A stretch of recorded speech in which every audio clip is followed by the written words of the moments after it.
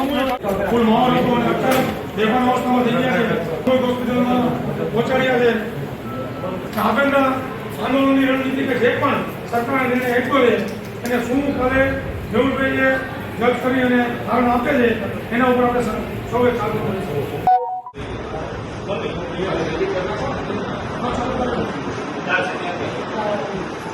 મેહુલભાઈને ગુજરાતની બધા ખેડૂતો નમ્ર વિનંતી હારવા લેતા ભાઈ આ ભાઈએ જે 18 દિવસથી ખાધા વગર ખાલી પાણી ઉપર આટલા દિવસથી જે કરી રહ્યા છે અને અચાનક આજ 5 તારીખે જે સવા 11 વાગે આપણો વરસાદ ચાલુ છે અચાનક જે તબિયત બગડી છે